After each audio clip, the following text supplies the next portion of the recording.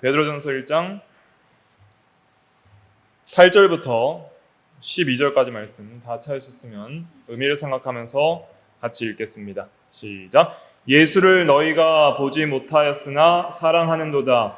이제도 보지 못하나 믿고 말할 수 없는 영광스러운 즐거움으로 기뻐하니 믿음의 결국 곧 영혼의 구원을 받음이라.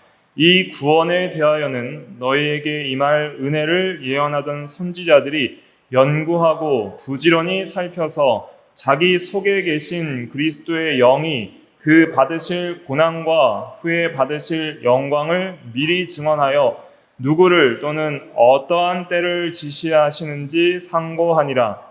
이 섬긴 바가 자기를 위한 것이 아니요 너희를 위한 것임이 계시로 알게 되었으니 이것은 하늘로부터 보내신 성령을 힘입어 복음을 전하는 자들로 이제 너희에게 알린 것이요 천사들도 살펴보기를 원하는 것이니라. 아멘.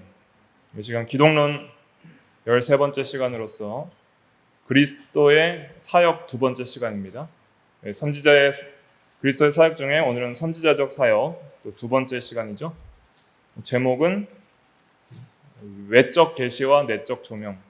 제목이 좀 생소할 수 있는데 외적 계시, 외적으로 계시하는 면, 또 내적 조명, 내적으로 이렇게 조명을 비추어서 이렇게 알게 하는 그런 깨닫게 하는 면을 이제 성령의 조명이라고 하는데 외적 계시와 내적 조명, 외적 계시와 내적 조명 이런 제목으로 선지자의 사역 2번째를 살펴보도록 하겠습니다. 오늘 본문을 먼저 한번 살펴보고 교리적인 내용들을 진술하도록 하겠습니다. 먼저 8절과 9절에 보시면 8절과 9절 다시 한번 읽어볼게요. 시작. 예수를 너희가 보지 못하였으나 사랑하는도다. 이제도 보지 못하나 믿고 말할 수 없는 영광스러운 즐거움으로 기뻐하니 믿음의 결국 곧 영혼의 구원을 받음이라. 예. 믿음의 결국 곧 영혼의 구원을 받음이라 그랬습니다. 믿는 자는 구원을 받습니다. 그럼 구원이 무엇입니까? 그 구원은 예수를 사랑하는 거예요. 한마디로 말하면 예수님을 사랑하는 사람, 예수님을 사랑하는 삶, 그것이 구원입니다. 예수 믿으면 이 세상에서 그냥 잘 먹고 잘 살다가 죽으면 좋은 데 가는 데가 구원이 아니라 구원은 예수님과의 관계가 바뀌는 거예요. 예수님의 진노의 대상자, 죄인이 아니라 사랑의 대상자가 되는 것이죠. 하나님의 자녀, 그리스도의 형제, 주님의 신부, 주님의 제자, 완전히 정체성과 관계와 이름이 바뀌는 것이 구원입니다. 성도의 이름이 바뀌는 거예요. 예수님의 사랑의 대상자, 신랑 되신 예수께서 사랑하는 신부, 그 신랑을 사랑하는 신부가 되는 것, 본성적으로 주님을 사랑하는 사람이 되는 사람, 그것이 구원이라는 것입니다. 그래서 구원이란 건 뭐냐면 예수를 우리가 보지 못하잖아요. 지금 이 육신의 눈으로 못 본다는 거예요. 육신의 눈으로는 보이지 않지만은 영적으로는 본다는 거예요. 그래서 사랑한도다라는 것은 영적으로 보고 알고 느끼고 사랑한다는 거예요. 이 사랑하는 것은 인격적인 요소잖아요. 지적으로 내가 알고 내 마음이 주의 말씀 안에서 하나님의 살아계심과 예수 그리스도가 누구시며 우리와 함께 계심과 내 마음속에 충만히 거하심과 나를 사랑하사 자기의 몸을 버려 나를 구원하신 그 사랑을 내가 알고 주님의 사랑을 내가 알고 주님을 사랑하는 사람이 되는 것이죠. 이제도 보지 못하나 믿고 믿는 거예요. 예수님이 살아계시다. 예수님은 하나님이신데 날 위해 사람이 되셨다. 예수님이 나를 위하여 십자가에 죽으셨고 나를 의롭다 하시고 나를 부활시키시려고 다시 살아나셨다. 지금도 살아계셔서 하나님 보좌 우편에 계시다가 장차 산자와 죽은 자를 심판하러 오실 때에 우리의 구원을 완성하시고 우리는 주와 함께 영원히 살리라. 이것을 믿고 사랑하는 거예요. 말할 수 없는 영광스러운 즐거움으로 기뻐하는 거예요. 내가 주와 함께 영원히 살리라. 이것이죠. 주님과 함께 영원히 살리라. 슬프고 눈물 많고 염려 많은 죄악 많은 한번 육체의 질병과 죽음을 경험해야 될 이 세상을 살다가 이제 영광스러운 세계에서 주와 함께 슬픔도 없고 눈물도 없고 죄악도 없고 사망도 없는 의와 평강과 희락이 넘치는 세계에서 주와 함께 영원히 살리라. 지금도 주님과 함께 있지만 그러나 더 완전한 세계에서 주님과 함께 영원히 살리라 하는 그 영광스러운 기쁨으로 즐거워하고 기뻐하는 그 세계에 들어가는 것이 바로 구원입니다. 이것을 우리가 누리게 하시려고 예수께서 이 세상에 오셔서 우리를 위하여 구원의 사역들을 이루시고 그 진리를 우리에게 증거해 주시는 거예요. 그러니까 그 진리를 증거하는 주체가 누구냐? 모든 진리를 증거하는 말씀이자 하나님의 말씀이자 그리스도의 말씀이신 그 주체는 바로 예수 그리스도예요. 그분이 모든 선지자의 선지자여 모든 진리를 증거하는 주체여 말씀 그 자체입니다. 오늘 성경을 통해서 우리가 확실히 깨달아야 될 것은 모든 진리를 증거하는 그 중심에는 항상 누가 계시는 거예요? 그리스도가 계시는 거예요. 그리스도. 많은 사람들은 그리스도께서 선지자적인 사역을 하시고 진리를 증거한 것이 단지 그냥 2000년 전에 초림하셔서 그 공생의 그 짧은 30년 기간 정도만 예수님께서 선지자적인 사역을 하셨다고 생각을 해요. 그러나 성경 전체가 무엇을 증거하냐면 그리스도께서는 창세부터 영원토록 선지자예요. 선지자적인 사역을 하시는 말씀 그 자체시요. 그리스도는 하나님의 말씀이라고 불릴 수 있는 분이니 계시록 19장에 보면 그리스도를 하나님의 말씀이라고 하고 있습니다. 제가 읽어드리면 계시록 19장 13절에 그 이름은 그리스도를 가리키는데 하나님의 말씀이라 칭하더라. 계시록 19장 13절. 예수 그리스도는 요한복음 1장 1절에 보면 말씀이시라 그랬죠. 그런데 계시록 19장 13절에는 하나님의 말씀이라 그랬어요. 한번 찾아보실래요? 계시록 19장 13절 419페이지 419페이지 419페이지에 보면 예수님의 이름이 여러 가지가 있거든요. 11절에 보면 충신과 진실이라 그랬고 그 다음에 13절 19장 13절 같이 읽어볼게요. 시작. 또 그가 피 뿌린 옷을 입었는데 그 이름은 하나님의 말씀이라 칭하더라. 예수님의 이름이 뭐예요? 하나님의 말씀입니다. 이 말씀이 요한복음 1장 1절에 있는 로고스랑 똑같은 말이에요. 자, 그러면은 예수님은 이 땅에 오셔서 인성을 입으시고 사람으로 계실 때만 말씀을 전해주신 분이 아니라 모든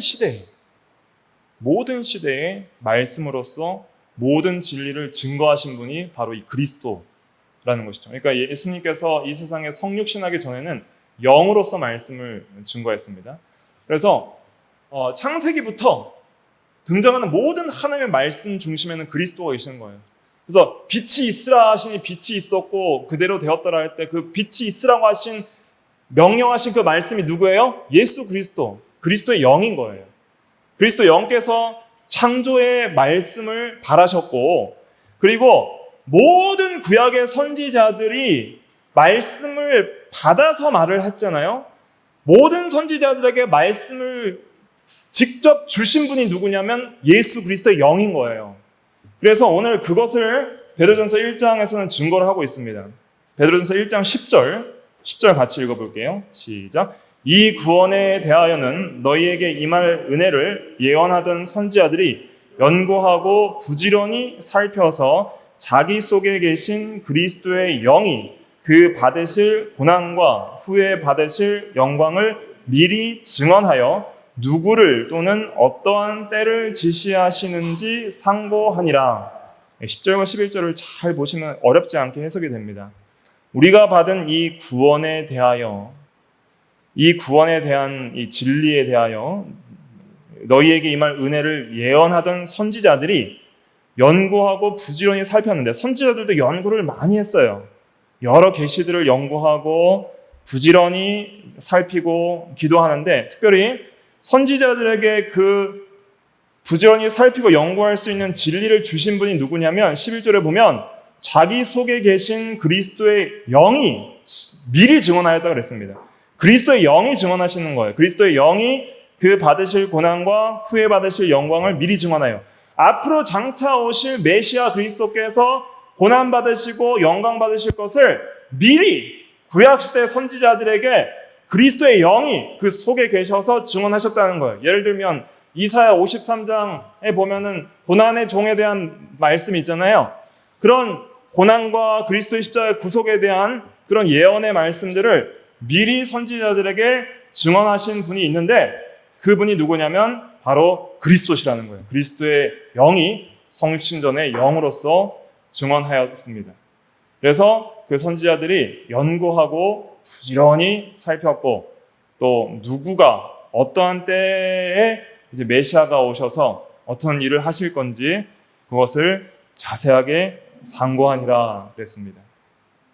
그래서 먼저는 우리가 예수님께서 이 땅에 오셨을 때만 말씀을 가르쳐 주신 것이 아니라 예수님께서 모든 시대에 모든 교회들에게 자기가 직접 계시를 해 주셨다는 것을 우리가 이 본문을 통해서 알 수 있고 또 저번 주에 읽었던 히브리서 1장 1절부터 2절 본문을 통해서도 우리가 알 수 있습니다. 그래서 대요리 문답에서는 그걸 교리적으로 딱 못을 박아요. 한번 대요리 문답 찾아보겠습니다. 대요리 문답 신앙고백집 보시고 대요리 문답 43문답입니다.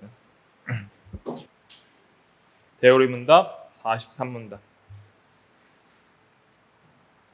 다 찾으셨으면 같이 읽어볼게요. 43문답 시작. 그리스도께서는 어떻게 선지자의 직무를 수행하시는가? 답. 그리스도께서는 성도들의 건덕과 구원에 관한 모든 일에 있어서 성령과 말씀에 의해 하나님의 온전한 뜻을 다양한 시행 방식으로 모든 시대의 교회들에게 계시하심으로써 선지자의 직무를 수행하신다. 예, 그래서 성도들의 건덕이라기보다는 더 좋은 번역은 이제 교화, 우리를 교육시키고 또 구원에 관한 모든 일에 있어서 성령과 말씀에 의해서 계시하시는데 여기 중간에 보면은 모든 시대의 교회들에게 그랬죠. 모든 시대의 교회들에게 신구약 전체에 있어서 하나님의 말씀을 계시하신 주체는 누구예요? 하나님의 말씀 자체이신 그리스도시다.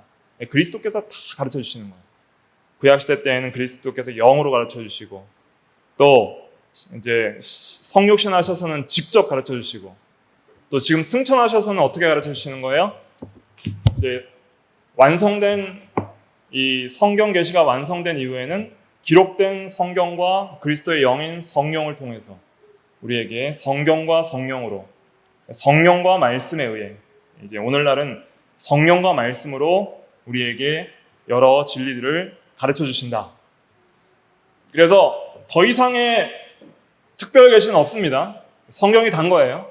더 이상 추가적인 계시는 없습니다. 이제 계시는 특별 계시는 성경으로 종결됐고 이제 이 성경을 은혜의 외적 수단으로 사용하셔서 그리스도께서 그리스도의 영을 통해서 이 성경의 계시들을 깨닫게 하시는 거예요. 그리스도의 영이 누구예요? 그리스도의 영이 성령이다. 성령이 그리스도의 영이에요. 왜냐하면 성령은 그리스도로부터 보내심을 받은 자고 또 성령을 그리스도의 영이라 하는 이유는 무엇이냐면 성령이 하시는 주된 사역이 누구를 증거하는 거예요? 그리스도를 증거하는 거예요. 그리스도. 그러니까 성령을 받으면 그리스도를 알게 되는 거예요. 그래서 고린도전서 12장 3절에 보면은 누구든지 성령이 아니고서는 그리스도를 누구라 할 수 없느니라 주시라 할 수 없느니라.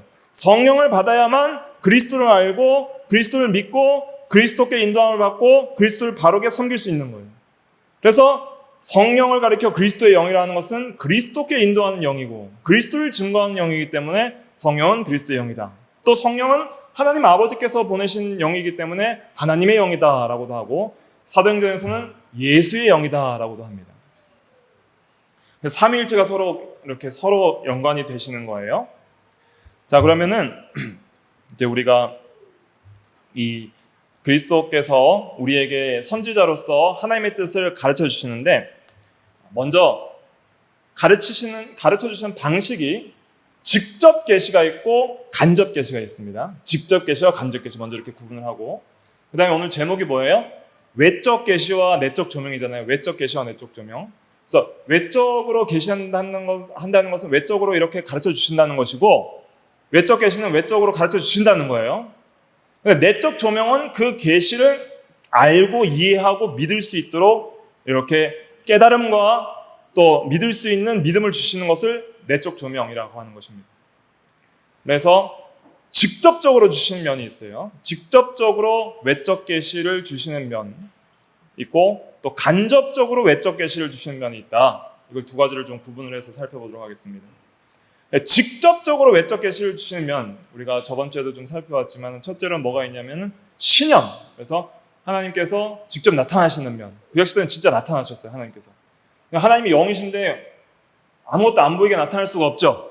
그래서 어떤 모습만 나타나면 천사의 모습 혹은 아브라함에게는 어떤 사람의 모습, 세 사람이 걸어오는데 한 분은 누구예요? 여호와인 거예요. 그러니까 천사의 모습이나 사람의 모습으로 직접 이렇게 사람들의 눈에 보이게 직접 나타나는 경우가 있는데 그 직접 나타나신 그분은 누구예요? 바로 그리스도의 영에 예수 그리스도의 성육신 전에 나타나심이에요. 그래서 그리스도께서 이 세상에서 여러 천사의 모습이나 사람의 모습으로 나타나셔서 우리를 만나주시고 또 출애굽기 3장에 보면은 모세에게 나타나셨을 때는 어떤 모습으로 나타나셨어요? 가시떨기 나무 불꽃 가운데서 말씀을 하셨단 말이죠. 그렇게 나타나는 방법이 있고 또 꿈, 음성, 환상 또 이런 여러 가지 면들로 직접적으로 음성을 들려주기도 하고 꿈을 꾸기도 하고 환상을 보기도 하시는데 그 모든 그런 계시를 하시는 분이 누구예요? 그리스도의 영이라는 거예요. 베드로전서 1장 11절을 보면 그리스도의 영께서 그런 외적 계시를 직접 주시는 거예요. 그런데 오전에도 증거했지만은 그 외적 계시를 직접 받는 사람들 중에서 참된 성도들과 선지자들도 있지만은 그러나 믿지 않는 불신자에게도 직접 계시를 주는 경우가 있었으니 창세기에서는 요셉 시대 때 누구에게 주셨냐면 바로 왕에게 주셨죠. 그래서 그 7년 흉년과 풍년과 흉년에 대한 계시를 바로 왕의 꿈을 통해서 주셨단 말이에요. 그래서 풍성한 곡식 이후에 그 다음에 그 가냘픈 마른 곡식 그리고 풍성한 소들 이후에 또 마른 소들이 풍성한 소들을 잡아먹는 것 그러한 계시를 주셨는데 느부갓네살은 그 외적 계시는 받았지만 뭐가 없었어요? 내적 조명이 없는 거예요. 내적 조명이 없으니까 계시는 받아도 꿈을 해석할 사람이 없는 거예요. 그러니까 요셉을 불러가지고 이 꿈을 해석해달라 그러니까 그 꿈의 해석은 하나님께 있습니다. 그래서 하나님께 해석을 맡겼어요. 그때 그 해석을 해주신 분이 누구예요? 그리스도인 거예요. 그리스도. 하나님의 말씀이신 그리스도께서 그리스도의 영으로 그 요셉에게 찾아오셔서 그 꿈을 해석해 주시니까 그 꿈을 바르게 이해하고 그 계시를 따라서 순종함으로 모든 일이 잘 되게 되었던 것이죠. 느부갓네살이 꿈을 꿨습니다.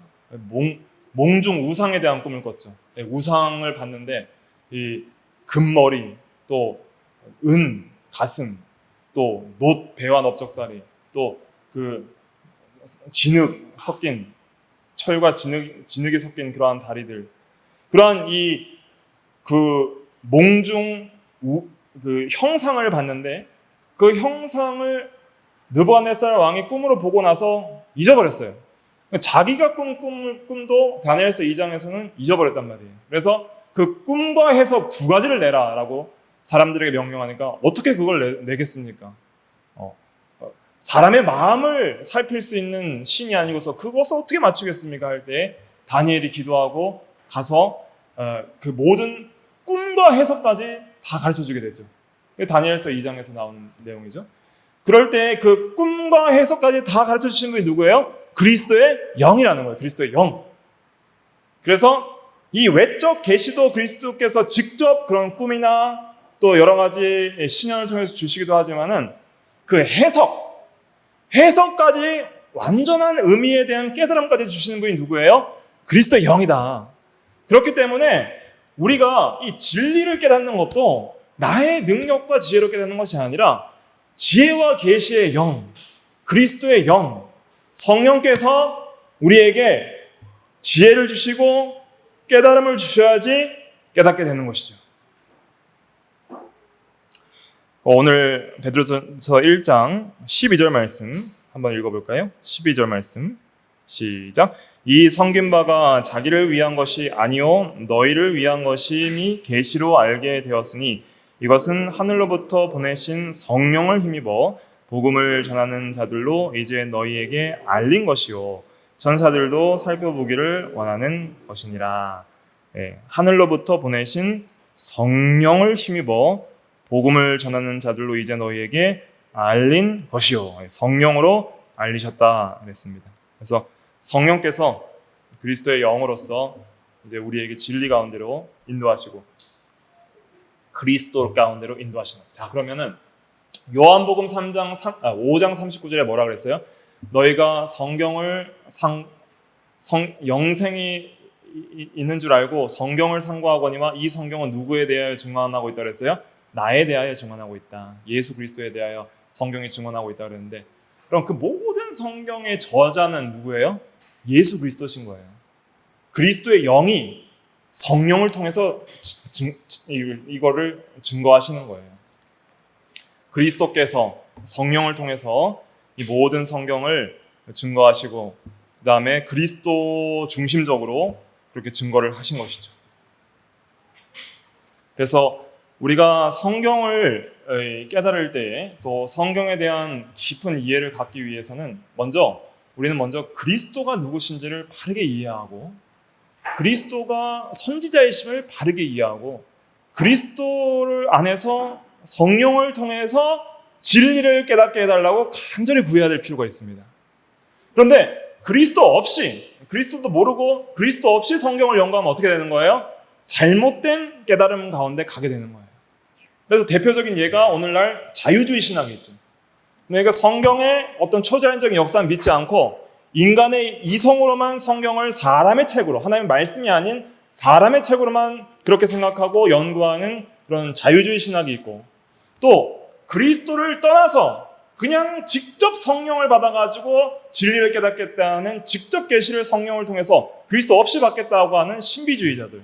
그래서 산기도 가서 기도하고 예언받았다, 방언받았다, 또 환상받았다 해가지고 성경을 자기 자의적으로 해석하는 그런 행태들, 그런 자유주의, 또 신비주의, 잘못된 신비주의 이런 것들을 우리가 그런 것에 빠지지 않으려면은 이 그리스도 중심성, 그리스도께서 그리스도의 영으로 모든 말씀을 하신다는 그 모든 말씀에 있어서의 그리스도 중심성을 우리가 깊이 있게 이해하고 그리스도 안에서 말씀을 바르게 해석을 해야 된다는 것을 깊이 깨닫게 되는 것이고, 또 성령의 참된 감동과 조명을 따라서 말씀을 깨닫지 않으면 우리가 바르게 깨달을 수 없다는 것을 알게 되는 것입니다. 그래서 진리를 깨닫기 위해서 우리가 항상 성령을 의지하고 그리스도를 바르게 믿고 기도함으로써 말씀을 이해하기를 힘써야 하는 것이 여기에 있는 것이죠. 그래서 항상 우리가 성령의 인도와 또 조명을 구해야 됩니다. 성령은 진리의 영이라 그랬습니다. 그가 너희를 진리 가운데로 인도하시리라. 내가 너희에게 말한 모든 것을 생각나게 하리라. 그렇게 말씀하셨어요, 예수님께서.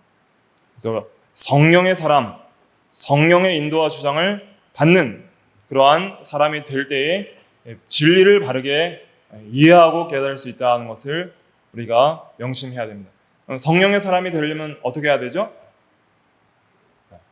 성령의 인도와 주장을 구하기 위해서 간절히 기도하고, 또 먼저는 죄를 회개하고 자기를 부인해야 됩니다. 성령은 거룩한 영이기 때문에 죄악된 마음을 품고 있는 자와 함께 하시지 않는 것이죠. 너희는 하나님의 성전인 것과 성령이 너희 안에 거하시는 것을 알지 못하느냐? 너희가 만약 하나님의 성전을 더럽히면 하나님께서 너희를 멸하시리라. 하나님의 성전은 거룩하고 너희도 그러하니라 그랬죠. 그래서 우리가 거룩한 하나님의 성전이 될 때 성령의 인도를 잘 받아 나갈 수 있고, 회개하고 돌이킬 때 성령의 인도를 잘 받을 수 있고, 그리고 우리가 간절히 기도하고 또 사모할 때에 성령의 인도를 잘 받을 수 있고, 그 다음에 순종을 해야 됩니다. 순종하는 자에게 주시는 성령이라고 그랬어요. 사도행전 5장에 보면 성령을 따라서 진리의 말씀을 순종할 때 그 말씀을 준행하고자 할 때에 진리를 깨닫는다 그랬습니다. 그래서 성령의 인도를 받아 나길 힘쓰는 우리가 돼야 됩니다. 그 다음에 이제 간접적으로 외적 계시를 주는 경우들이 있어요. 간접 계시. 그것은 무엇이냐면 이제 선지자들에게 그리스도의 영께서 진리를 주시고 선지자들을 통해서 간접적으로 진리를 이제 배우는 것이죠. 그래서 선지자와 사도들 이런 자들을 통해서 외적 계시를 간접적으로 이제 받은 경우들이 있습니다. 그렇게 외적 계시를 간접적으로 받다가 이제 신구약 성경이 종료됨으로 통해서 이제 우리는 모든 외적 계시들을 이제 간접적으로 무엇을 통해서 받냐면 성경을 통해서 받는 거예요. 성경을 통해서 외적 계시를 간접적으로 받는 것이지 성경 없이 이제는 직통 계시를 받는다는 것은 잘못된 것입니다. 직통 계시를 받는 것은 우리는 받아들이지 않습니다. 교리적으로. 왜냐하면 베드로후서에 보면은 1장에 보면 이보다 더 확실한 예언의 말씀이 있다 그랬습니다. 베드로후서 1장 한번 제가 여러 번 찾아봤는데 한번 다시 찾아볼게요. 베드로후서 1장 19절. 베드로후서 1장 19절. 같이 한번 읽어볼게요. 시작. 또 우리에게는 더 확실한 예언이 있어 어두운 데를 비추는 등불과 같으니 날이 새어 샛별이 너희 마음에 떠오르기까지 너희가 이것을 주의하는 것이 옳으니라. 먼저 알 것은 성경의 모든 예언은 사사로이 풀 것이 아니니 예언은 언제든지 사람의 뜻으로 난 것이 아니요 오직 성령의 감동하심을 받은 사람들이 하나님께 받아 말한 것임이라.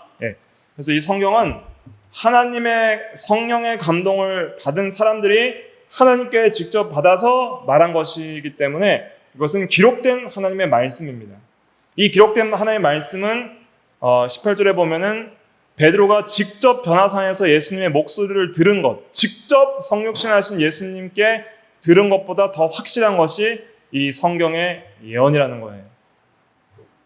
그래서 우리는 이제 우리에게 오늘날 남아있는 특별 계시는 이제 뭐예요? 이 성경밖에 없는 거예요. 성경밖에. 더 이상의 어떤 신현, 꿈, 음성, 환상 또 이런 것으로 더 이상 우리에게 계시를 추가적으로 전달하지 않습니다. 이것은 이제 외적 계시의 간접적인 외적 계시로서 기록된 성경만 남아있는 것입니다. 그럼 이제 더 확실한 예언이 있다 그랬어요. 근데 이것은 어두운 데 비추는 등불과 같으니 자, 이 성경의 직접적인 그러니까 간접 계시를 깨달으려면 뭐가 필요해요? 조명이 필요한 거예요. 조명. 날이 새어 샛별이 너희 마음에 떠오르기까지 너희가 주의하는 것이 옳으니라. 그래서 날이 샌다는 것은 마음이 밝아지는 것을 가리키는 것이죠.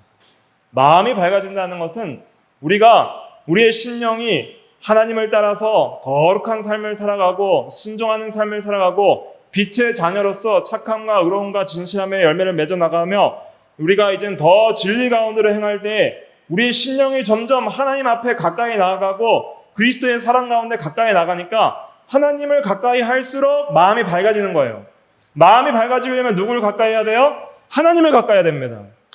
그리스도를 사랑한도다. 지금도 보지 못하지만 믿고 말할 수 없는 영광스러운 즐거움으로 기뻐한다. 그런 기쁨 속에 하나님과의 교제, 하나님과의 사랑의 세계에 더 깊이 들어가야 됩니다. 진리와 기도를 통해서 더 하나님을 가까이 하면 빛 가운데 나아가게 되는 거예요. 빛을 가까이 하면 밝아지게 돼 있어요. 그러면 이 마음이 밝아지면은 진리를 깨닫게 됩니다. 샛별은 뭐냐면 깨달은 진리를 가리키는 깨달은 진리. 또 체험적 신앙. 전에는 목사의 말을 들어도 성경을 읽어도 성경 공부를 해도 무슨 말인지 이해도 안 되고 그러한 신앙적 경험도 없고 그 진리의 세계도 모르겠고 무슨 말인지 그냥 뜬구름 잡는 얘기같이 내 얘기와는 전혀 상관없는 얘기 같았는데 그래도 믿고 사랑해보고 기도해보고 말씀을 연구하고 상고하고 순종하려고 애를 쓰고 또 넘어지면 다시 일어나서 회개하고 순종하고 또 넘어지면 다시 일어나서 회개하고 순종하고 그렇게 믿음의 신앙의 다른 박질을 계속 달려가다 보면은 날이 새어요. 하나님께 가까이 나가려고 애를 쓰면 우리의 마음이 밝아지는 것입니다. 그러면 전에 깨닫지 못했던 샛별이 반짝 마음에 떠오르는 이거구나.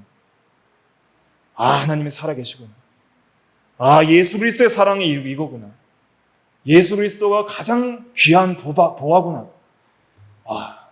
믿음의 결국 영혼의 구원을 받음이라. 영혼의 구원이 이렇게 귀한 것이구나.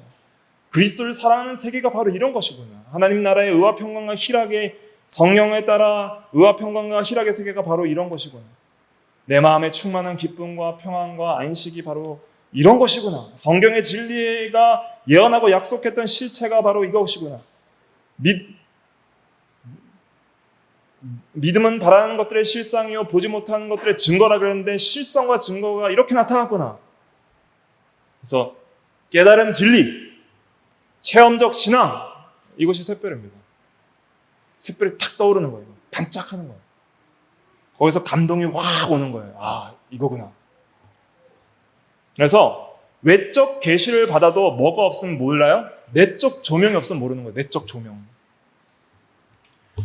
내적 조명을 사모해야 됩니다. 외적 계시도 사모하고 선지자들도 부지런히 살펴보고 연구했어요. 천사들도 살펴보고 연구를 해요.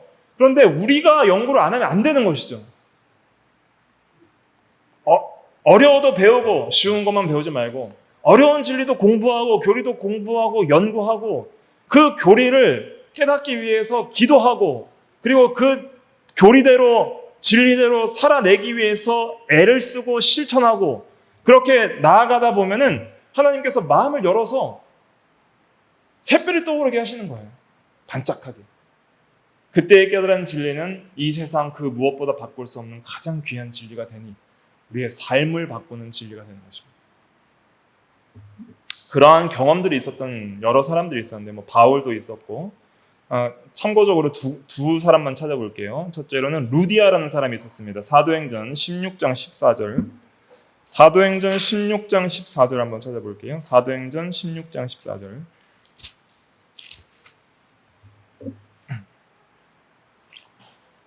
그리스도께서 선지자로서 어떻게 마음을 여시는지를 성경이 명시적으로 증거하는 구절입니다. 사도행전 16장 215페이지 사도행전 16장 14절 말씀 같이 읽어볼게요. 시작. 두아디라시에 있는 자색 옷감 장사로서 하나님을 섬기는 루디아라 하는 한 여자가 말을 듣고 있을 때 주께서 그 마음을 열어 바울의 말을 따르게 하신지라. 바울이 설교할 때에 주께서 하는 이 주는 누굴 가리키는 거예요? 그리스도를 가리키는 거예요. 그리스도께서 그 마음을 열어 바울의 말을 따르게 하신지라. 이런 것이 이제 샛별이 마음속에 확 떠오르고 진리를 깨닫는 내적 조명의 역사를 가리킵니다. 우리가 이러한 것이 있어야 됩니다. 이러한 것이 우리 마음속에 더 풍성해지도록 해야 됩니다. 그래서 경건한 삶이란 건 어떤 거냐면 경건한 삶을 계속 살아가기를 힘쓰는 자들은 깨닫는 진리들이 풍성해져요. 계속 깨달아져요, 진리가. 그런데 죄를 짓고 사는 사람들의 특징은 뭐냐면 진리를 새롭게 깨닫는 면이 거의 없어집니다. 거의 없어져요. 어쩌다 한번 회개하고 돌이키려고 회개할 수 있는 진리를 한 번씩 조명해 주시지 거의 진리를 깨닫는 면이 없어요. 그러니까 루디아도 하나님을 섬기는 자라 그랬잖아요. 항상 겸손하게 하나님을 경외하다 보니까 이렇게 바울의 말을 따를 수 있는 내적 조명의 역사를 그리스도께서 직접 열어주시는 것이죠. 그 다음에 두 번째 내적 조명의 역사를 받은 또 대표적인 인물이 엠마오로 가는 두 제자에게 그리스도께서 내적으로 조명해 주셨습니다. 누가복음 24장 44절, 누가복음 맨 마지막입니다. 누가복음 24장 44절 24장 44절부터 45절 같이 읽어볼게요. 시작. 또 이르시되 내가 너희와 함께 있을 때에 너희에게 말한 바 곧 모세의 율법과 선지자의 글과 시편에 나를 가리켜 기록된 모든 것이 이루어져야 하리라 한 말이 이것이라 하시고 이에 그들의 마음을 열어 성경을 깨닫게 하시고 이건 이제 엠마오로 가는 제자들 위에 있고 위에 살펴볼 테고 이건 먼저 읽었는데 이것은 이제 11 제자에게 나타나셔서 예수님께서 11 제자에게 마음을 열어주신 것입니다. 그래서 그들의 마음을 열어 성경을 깨닫게 하시고 그랬죠? 그리스도께서 11제자에게 마음을 열어주셨고요.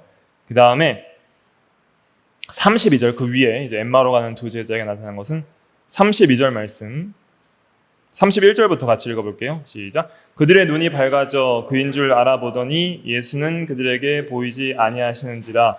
그들이 서로 말하되 길에서 우리에게 말씀하시고 우리에게 성경을 풀어주실 때에 우리 속에서 마음이 뜨겁지 아니하더냐 하고 성경을 풀어주셔서 깨닫게 하시고 마음을 뜨겁게 하시는 역사, 또 마음을 열어서 성경을 깨닫게 하시는 역사. 그걸 누가 하세요? 그리스도께서 하시는 거예요. 그리스도께서 하시는데 그리스도의 영인 성령을 통해서 하시는 겁니다. 그래서 그냥 성령 혼자 하시는 것이 아니라 그리스도께서 선지자적인 사역을 하시는데 그리스도의 영이신 성령을 통해서 그리스도께서 하시는 것이다. 우리가 이렇게 이해를 해야 됩니다. 그래서 이것이 신구약 성경 전체가 그리스도께서 전부 계시하시는 거예요. 하나님의 말씀이신 그리스도께서 직접적으로 하나님의 그 뜻을 다 알려주시는 거예요. 직접적으로. 그럼 이게 왜 중요할까요? 그리스도께서 말씀하시는 분이고 우리에게 말씀을 전달하는 그것이 왜 중요하냐? 그것은 하나님과 우리가 교제하고 사랑하기 위해서, 구원을 얻기 위해서, 그리고 하나님과의 인격적인 관계와 교제를 위해서 중요한 겁니다. 그게 구원인 거예요. 그러니까 하나님이 우리에게 말씀을 안 해주시면 우리가 하나님을 알 방법이 없어요. 그래서 하나님은 계속 말씀하시는 분이고 여러 모양과 여러 방법으로 여러 시대를 통해 계속 말씀을 하세요. 들으라 이스라엘아, 들으라 이스라엘아, 계속 말씀을 하시는 거예요. 그리고 하나님 아버지께서도 예수님께서 성령으로 세례를 받을 때 이는 내 사랑하는 아들이요 내 기뻐하는 자인 너희는 그의 말을 들으라. 계속 이 신구약 전체를 보면 여호와께서 말씀하시되 하나님이 가라사대 여호와께서 이르시되라는 것들이 너무 많이 나오고, 그 다음에 계속 명령한 것이 뭐냐면 우리에게 명령한 건 들으라, 들으라, 이것을 명령하는 거예요. 근데 우리는 안 듣는 이유가 뭐냐면 우리가 듣기 싫어서 그러는 거예요. 너희가 원하지 아니하였도다 그랬잖아요. 암탉이 자기 새끼를 날개 아래 품으려 하는 것처럼 내 자녀를 모으려고 하는 일이 몇 번이더냐. 예루살렘아 예루살렘아 제발 좀 들어라. 그러나 너희가 원하지 아니하였도다. 문제는 뭐냐면 우리가 하나님의 말씀을 듣기를 싫어하는 거예요. 거역하는 거예요. 그래서 말씀을 거역하기 때문에 우리가 그의 말씀을 듣지 않기 때문에 우리가 구원을 이제 믿지 않는 자는 구원을 받지 못하고 구원받는 성도들도 듣지 않기 때문에 우리가 구원의 은혜를 못 누리는 거예요. 구원의 은혜를 못 누리면 하나님의 사랑 가운데에 들어갈 수가 없어요. 우리가 어떻게 말씀하시는 하나님의 말을 듣지도 않는데 어떻게 하나님을 사랑하겠어요? 들어야지 사랑하죠. 들어야지 하나님과의 교제가 이루어지고 들어야지 하나님과의 깊은 사귐과 하나님의 사랑에 감격하는 마음의 뜨거워짐이 있는 것이죠. 듣는 게 중요한 것입니다. 시편 95편 7절 말씀 제가 읽어드리면 너희가 오늘 그의 음성을 듣거든 너희 마음을 완악하게 하지 말지어다 그랬습니다. 말씀을 들을 때에 완악하게 하지 말라는 것이죠. 말씀을 듣는 게 중요합니다. 이제 한 구절만 읽고 마치도록 하겠습니다. 요한일서 1장 1절부터 4절 신약 388페이지 신약 388페이지 요한일서 1장 1절부터 4절 같이 한번 읽어볼게요. 시작. 태초부터 있는 생명의 말씀에 관하여는 우리가 들은 바요 눈으로 본 바요 자세히 보고 우리 손으로 만진 바라. 이 생명이 나타내신 바 된지라. 이 영원한 생명을 우리가 보았고 증언하여 너희에게 전하노니 이는 아버지와 함께 계시다가 우리에게 나타내신 바 된 이시니라.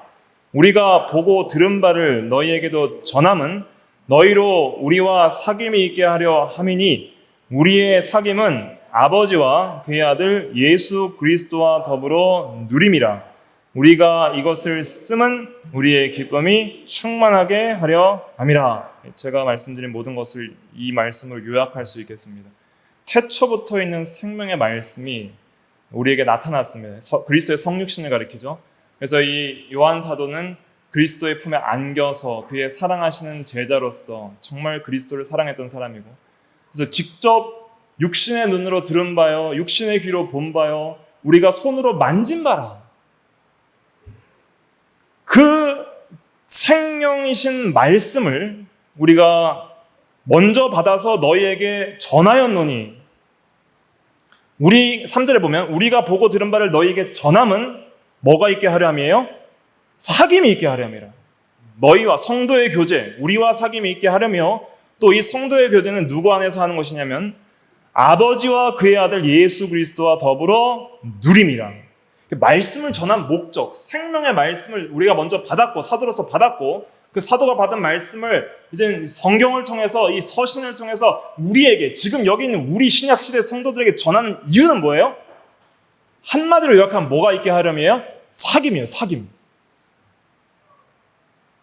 결국 우리가 성경의 진리를 배우면서 이 사귐이 있어야 됩니다. 하나님과의 사귐, 성도와의 사귐, 예수 그리스도와 더불어 누리는 사귐, 그런 사귐의 세계에 다시 들어가게 하시기 위하여 그리스도께서 말씀하시는 거예요. 원래 첫 사람 아담이 타락하기 전에는 그 진리의 말씀을 들었고 믿었고 순종하여서 하나님의 사귐 속에 살았던 사람입니다. 그것이 에덴 동산의 낙원의 삶이었어요. 그러나 범죄한 이후에는 이제는 그것이 깨어져 버리는 거예요. 듣지 않고 떠나고 동산 나무 사이에 숨어서 하나님의 말씀을 들어도 숨어버리는 거예요. 왜냐하면 원하지 않기 때문에. 그러나 그것이 회복되는 것이 있으니 예수 그리스도의 믿음을 통해서 우리의 마음이 밝혀지고 마음이 뜨거워져서 예수를 사랑하고 보지 못하지만 말할 수 없는 영광스러운 즐거움을 즐거워하고 그의 말을 듣고 믿고 순종하는 그 놀라운 영적 변화가 일어나서 이제는 하나님을 알고 사랑하고 순종하며 하나님과 말씀과 기도를 통해 교제해 나가는 그 사귐의 세계에 들어가는 것이 바로 구원입니다. 이게 구원이에요. 그 구원을 잘 이루어 나가기 위하여 우리가 교회에서 모여서 더 깊이 있게 신앙생활을 하려고 힘을 쓰는 거예요. 그럴 때에 우리의 기쁨이 충만하게 되는 것입니다. 그래서 예수 그리스도가 왜 말씀인지, 왜 말씀께서 우리에게 나타난 바 되셨는지, 왜 그 말씀께서 굳이 이렇게 신구약 성경을 우리에게 주셨는지, 그 성경을 왜 깨닫게 하시고 계속 그리스도께서 그리스도의 영으로 우리에게 성령으로 우리의 마음을 두드리시고 들으라, 믿으라, 순종하라, 회개하라 하시는지, 그 진리를, 그 이유를 알아야 됩니다. 뭐가 있게 하려 하심이에요? 사귐입니다. 사귐. 그것이 없으면 외식적인 바리새인과 같은 신앙과 다를 바가 없는 거예요. 그래서 우리가 이것을 깊이 있게 깨닫고 정말 영적으로 깨어서 주님과 함께 진리 안에서 동행하며 사귐이 깊어지는 그러한 성도가 될 수 있도록 말씀과 기도에 힘을 써야 되겠습니다. 그리스도께서 우리에게 비추십니다. 기도하겠습니다. 거룩하신 하나님의 은혜와 사랑을 감사합니다. 태초부터 있는 영원한 생명의 말씀께서 우리에게 구약시대 때부터 그리스도의 영으로서 선지자들을 통해 여러 모양과 여러 방법으로 말씀하신 하나님께서 마지막 때에 아들을 통하여 말씀하시고 이 시대에 신구약 성경을 통하여 성령 안에서 말씀하시다가 마침내 직접 재림하셔서 말씀하실 우리 주 예수 그리스도를 우리가 믿고 그 안에서 구원을 받아 사랑의 사귐의 교제에 들어가게 하심을 감사를 드립니다. 하나님이 말씀하시는 분인 줄 알고 그리스도께서 말씀으로서 말씀하시는 분인 줄 알고 우리가 그의 말씀을 거역하거나 듣지 않는 불신앙을 버리게 하시고 그의 말을 들음으로 믿고 순종하여 사랑의 기쁨의 교제 안에 들어가는 귀한 은혜가 있게 하여 주시옵소서. 예수님의 이름으로 기도하옵나이다. 아멘.